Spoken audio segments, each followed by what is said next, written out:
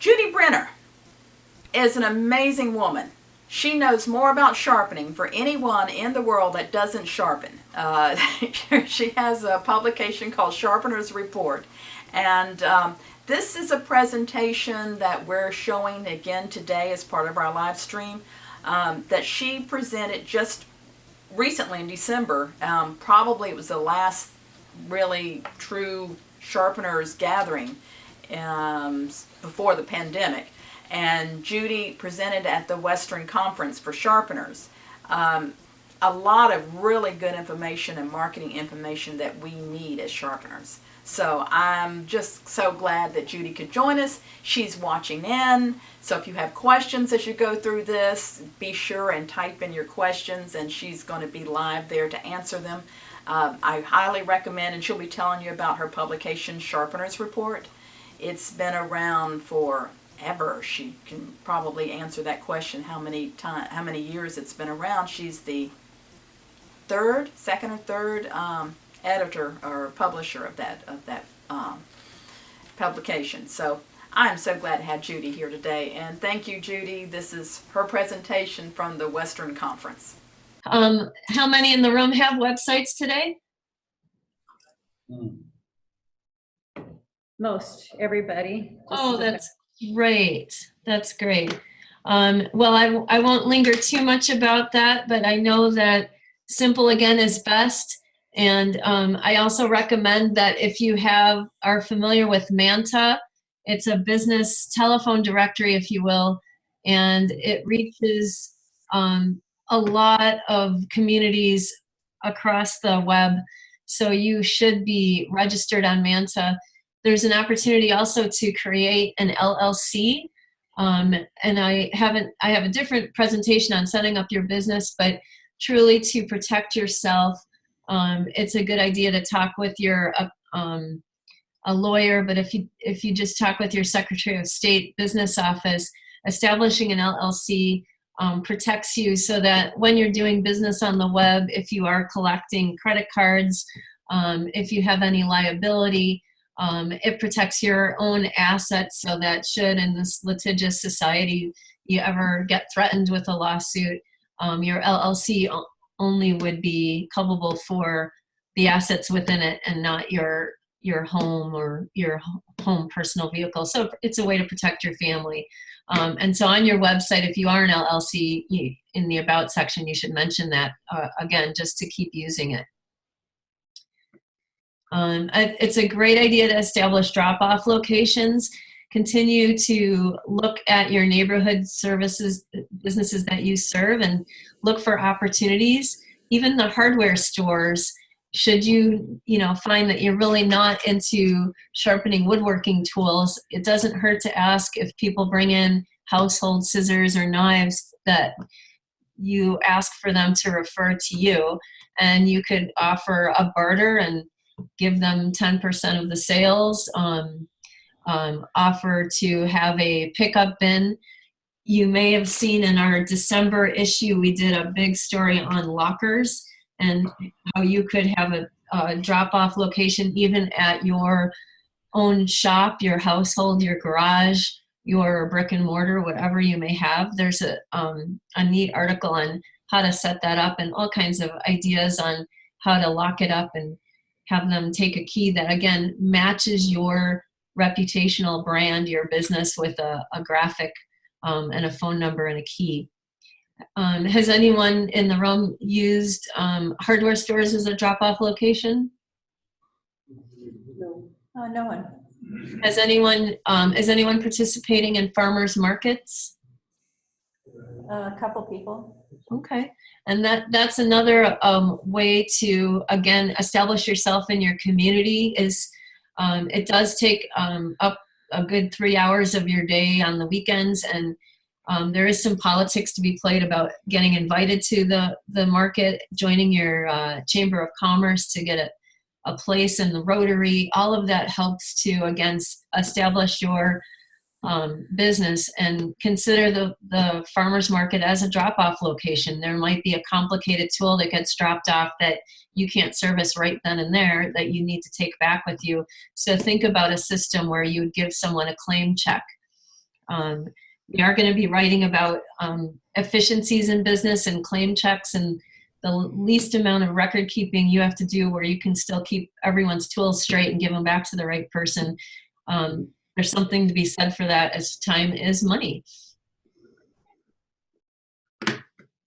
Offer giveaways in the salons, and even in the groomers, you're likely to recommend that your users oil their shears and their clipper blades. It's kind of neat to buy from a Whole Foods or any place you can get a scented oil. You just need 1 or 2 drops in a jug, and then buy from Uline or other places that you can get little dispenser bottles, and then you can put a label that matches again your brand, so they see on their desk or their workstation a little oil bottle that came from your sharpening company. Magnets, pens, calendars, all of that works to again keep top of mind, so that even if you can't get back to the user that is going to be giving you the business, if you have to deal with a front desk and a gatekeeper, buttering up those folks with pens and calendars and magnets of when you're going to be in town is always a helpful way to keep your brand top of mind. And you can share with each other, a show of hands, what you're giving away now, if you want to take a minute. I give away Band-Aids. Give away my charm. That's exactly what I was thinking, my You have personality. your logo on your Band-Aid? Yeah. You mean, no, sell that? Where'd you get it? I'll give you one. Okay, I get that. I give away a lot of it, but I've had a lot of good feedback. I need a Band-Aid with my business card printed on it. Does anybody have that connection? Joe does that? Okay. I get Band-Aids, and they love it, they crack up. That's funny. Once they find out Who makes it? I just buy Band-Aids at Fred Meyer's. Go to 1, 2, 3 print, and I have these little labels. And you stick them on the Band-Aid? Okay. Yeah, that's a label, I just sit there and put labels on them. Yeah, she was giving us a chance to talk about this. Yeah. So about 3 years later, the Band-Aids are stuck up on the bullet.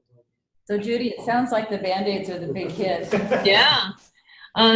I had this slide in there from a year ago about getting an 800 number. I don't know if it's as valuable as it used to be because of cell phone usage, and people are not paying as much to make a phone call these days.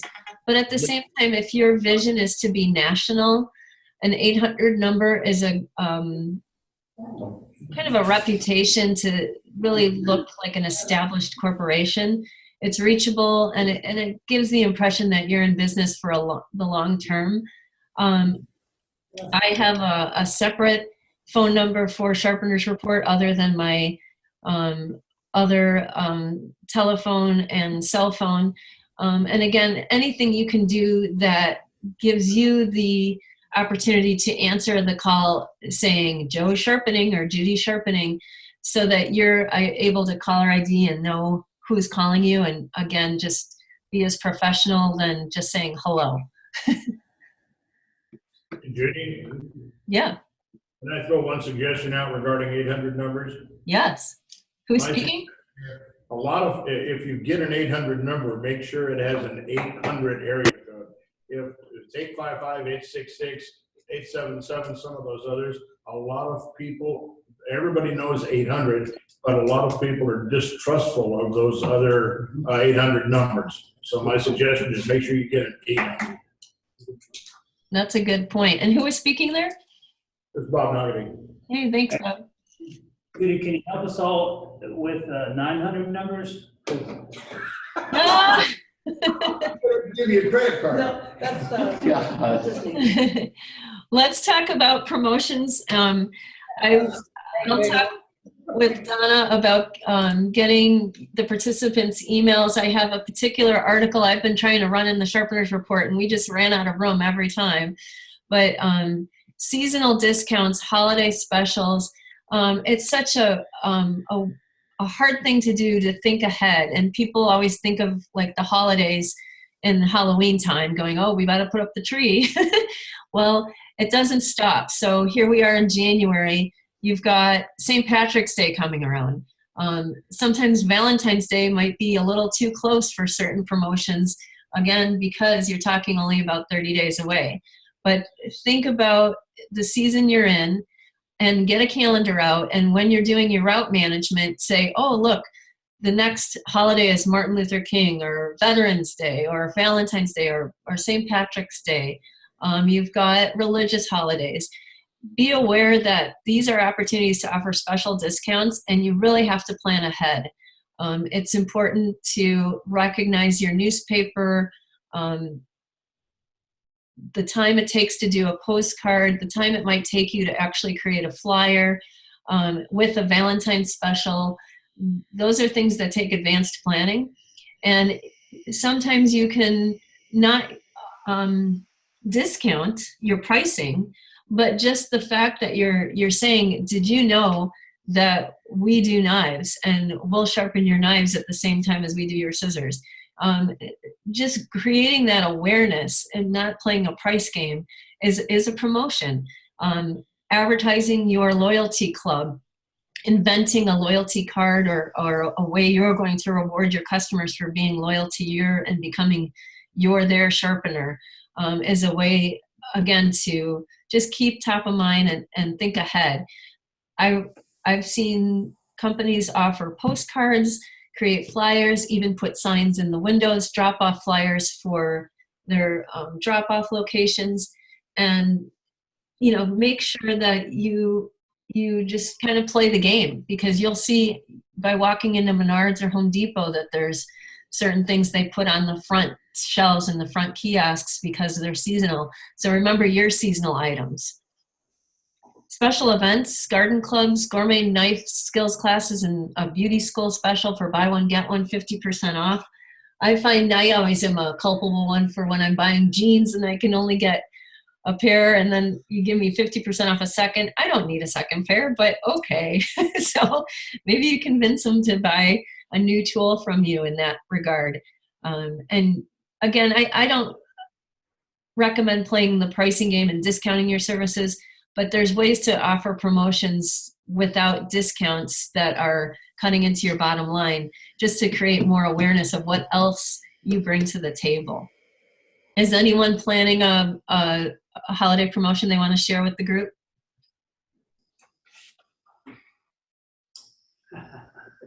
That's okay. Try direct mail. Postcards work. I find that hand delivering, if you're more into the local community service area, hand delivering a postcard, again with a chance to do your promotion, is a great way to save money on postage, but you will need to spend some money on printing. So become friends with your local printer. Maybe offer to sharpen their guillotine cutter, or find a partner in your community that you can refer business to, and plan ahead to get your direct mail printed now for February, now for March. If you're going to be closed during a religious holiday, be courteous and let people know so that they don't, go to your competition and try to snag that business early. Offer free service to the military. There's such a wonderful patriotic sense of making America great again. And without getting into politics, you can support the military, the veterans, the firemen, the police officers. That's a very good feel-good opportunity in your community, because I know relatives and friends, and it's just a joyful thing to realize how many people are touched by those who serve in the military or have served. Does anyone consider doing that now in the room, or is doing that now? Yeah, a couple people. I did a free, I told a shop that's in the middle of Utah that the next time I come back, I'll call them and tell them, and they'll set up a first responders nights for free. Oh, very nice. I'm in their shop next month. Judy, this is Mike Seleggi. Hi, Mike. The Mike Seleggi. Go ahead, Mike. The alternate Mike. A couple things for a knife sharpener. One is that we get more of the business than we need or want in front of Thanksgiving often. So we promote knife sharpening heavily for Easter because it's another big cooking holiday. So it's added business per year and taken some of the pressure off Thanksgiving. We also treat firehouses and firemen the same way we treat cooks and chefs, with a 25% discount on sharpening plus 10% off on things they buy in the store. That's turned into really a big event. Lots of firehouses around. Can I also interject something there regarding firehouses? Are you done? Yes. The experience I had when I was in Texas, I was doing fire station knives free. But what I found after a period of time is that a lot of the guys were taking advantage by bringing their personal knives and lying to me and telling me that they're the station knives. And pretty soon I was doing way too. No fire station uses that many knives, so I had to use it. That's unfortunate. You might have to put the first 2 knives free, just to be fair to your time too. Oh, that's good. Did you hear that? She was saying just the first 2 knives are free, so then you can limit. Yeah. Good idea. We do it if you have like a certain amount too, then you get a discount on the Discount on like volume. 10 and then. Volume discount, yeah. I did buy knives for some policemen once at a banquet. Church was putting on, and they took advantage of it. I said one night, nice. If I'm at a farmer's market and a cop walks by, I always tell them, hey, I do police officers for regular civilian rates. How many did you have to do that church thing? Oh, I don't remember, but I was there all night. I had a really slow sharpening. And don't be afraid when you're marketing and offering these discounts to say, we honor your referrals and thank you for your referrals. So should they refer someone to you, that's an opportunity to give them a credit, and just have that person mention, hey, so-and-so sent me. And then you know who to thank with a free knife sharpening or what have you. But referral, word of mouth, there's so many sharpeners out there that only do word of mouth marketing. And I discourage that, but at the same time, word of mouth marketing exists and it is powerful. It just shouldn't be the only thing you rely on. But asking for those referrals are important. I always find that some people aren't very good salespeople, and you have to push yourself to ask for the business. Farmers market, we touched on. This is a huge topic, but if you're in a warm climate, when they come around, it's such a wonderful way to get visibility. In interviewing sharpeners, those who have the most success have a personality where they feel that they're on show. It is a Las Vegas opportunity to be the star. And community members, children love to watch the sharpener. They may just drop off their materials and move on to go shop for peaches, but some like to linger and stay and see what you're doing. So again, you're an expert. You're here to learn. Why not take advantage and show off your talents in a public space? Be sure you dress the part, meaning you look neat. Part of marketing I didn't address, but we've talked about it in past seminars. You really need to also be aware of your appearance. And you don't have to put aftershave on or perfume on, but being clean and taking a sense of pride in how you dress really makes an impression, particularly if you're going into establishments where you have to dress how your clients look. I would think at least a step above. And then follow up with clients. Again, don't be afraid to ask for the sale.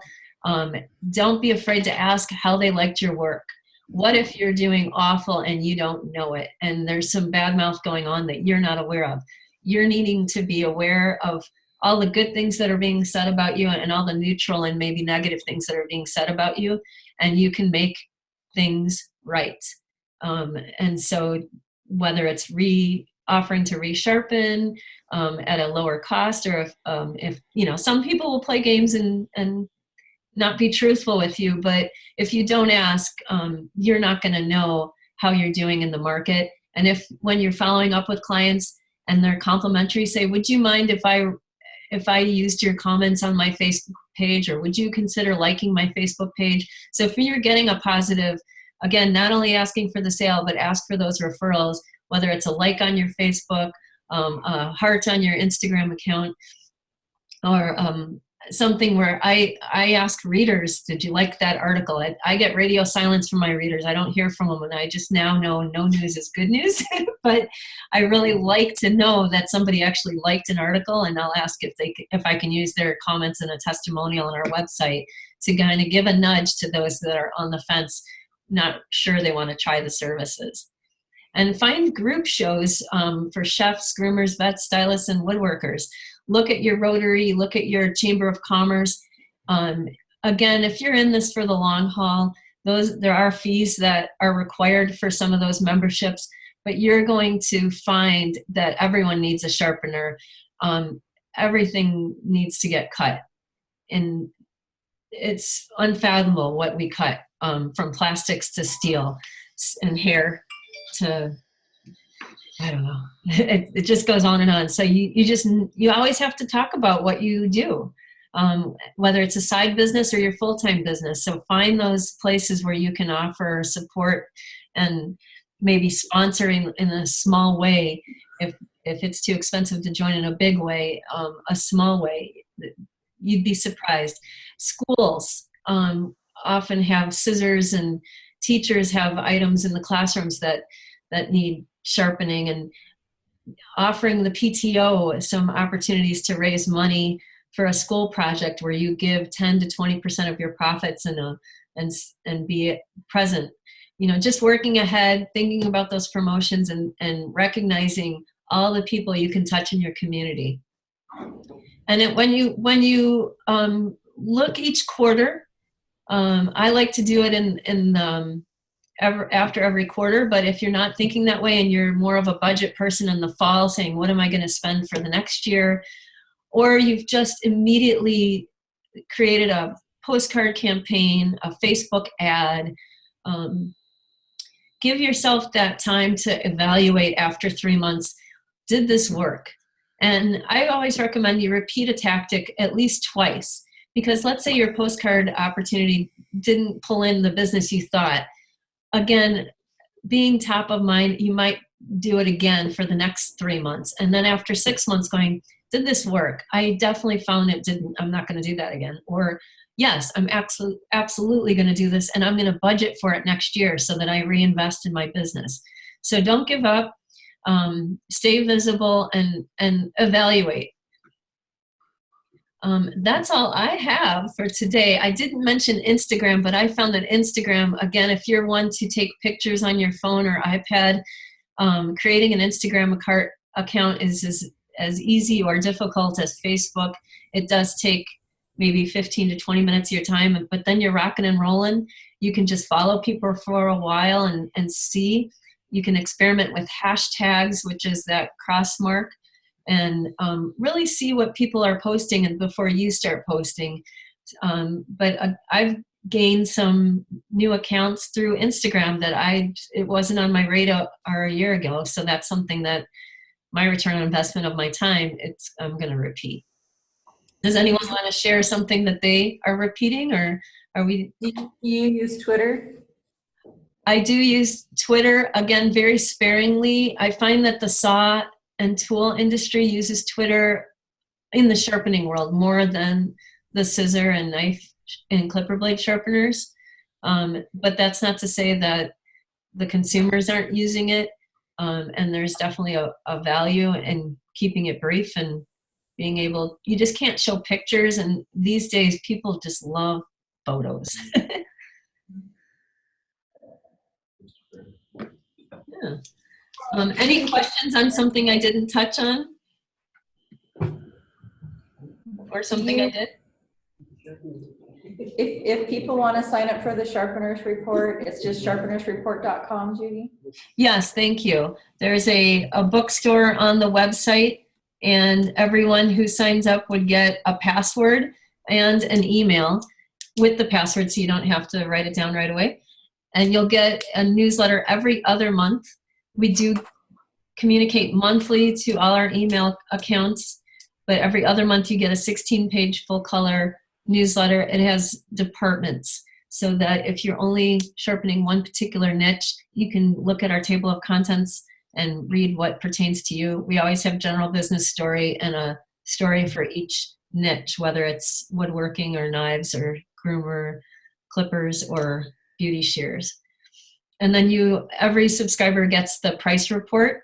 So we do a national survey of all our readership and even those beyond, and we report that every February. So that's people are pretty excited to get the next issue because it's going to have the price report in it on what the national averages are and we call it the mode, the most common price reported. So you can compare what is working in your neighborhood and how that compares to the nation. I don't know if you guys caught all of that, but there was a lot of questions about how much do we charge for a knife and how much to charge for blades and stuff. So that's what Judy was just talking about. She does a national survey of sharpeners and she publishes it once a year. So if you're a member of the Sharpeners Report, if you're a subscriber to the Sharpeners Report, that comes out, Judy, in February, did you say? Yes, it does. So, Is that that's a one-time annual fee per year? yeah, how much is it, Judy? Yes, it's $26 per year, 2 years for $50. And that gets you the password and the email of the newsletter. So you can see some archives and get the price report.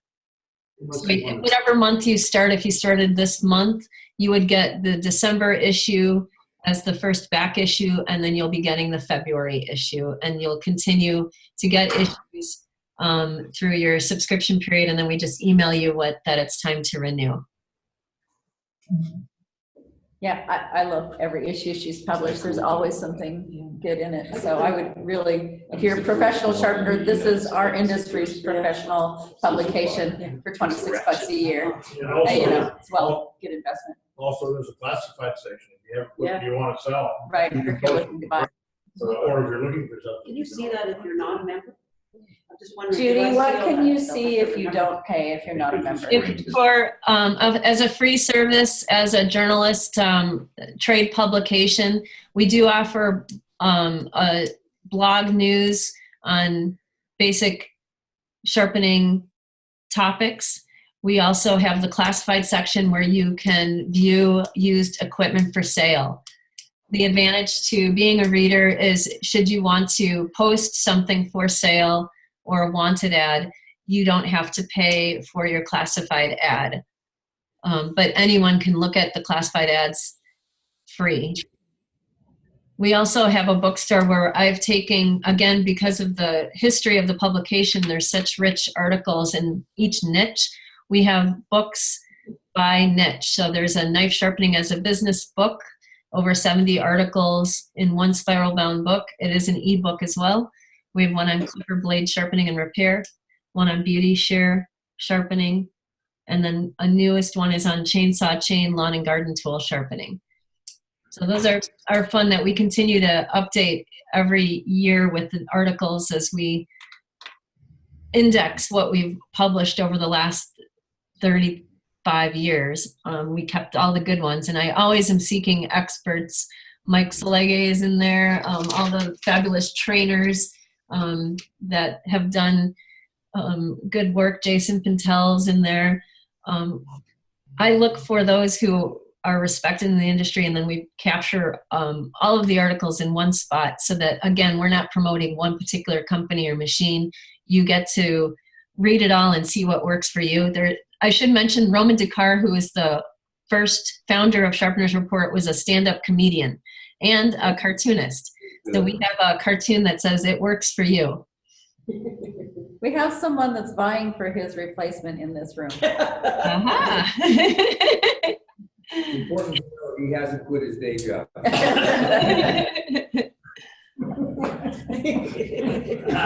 Targets on your back, you know. Maybe not consider that change. And we love guest articles. I should mention, if you're an experienced sharpener and you want to contribute a tidbit, and we publish it, you get a free month added to your subscription level. So we really appreciate, that's what kept the Sharpeners Report going. I am not a sharpener, I'm a journalist and a marketing person, but after 6 years, I know a lot about the industry, and I can recognize BS and what's credible. So, but we know what's credible, and we appreciate those credible articles, and we'll give you a free month for your knowledge, because that's, again, what we're all about is sharing information and knowledge. Well, thank you very much, Judy. We really appreciate your time, and hope you're feeling better. Thank you so much. I so regret I couldn't make it to be there in person, but I appreciate the technology, and I'll catch you next time. Thanks again for having me.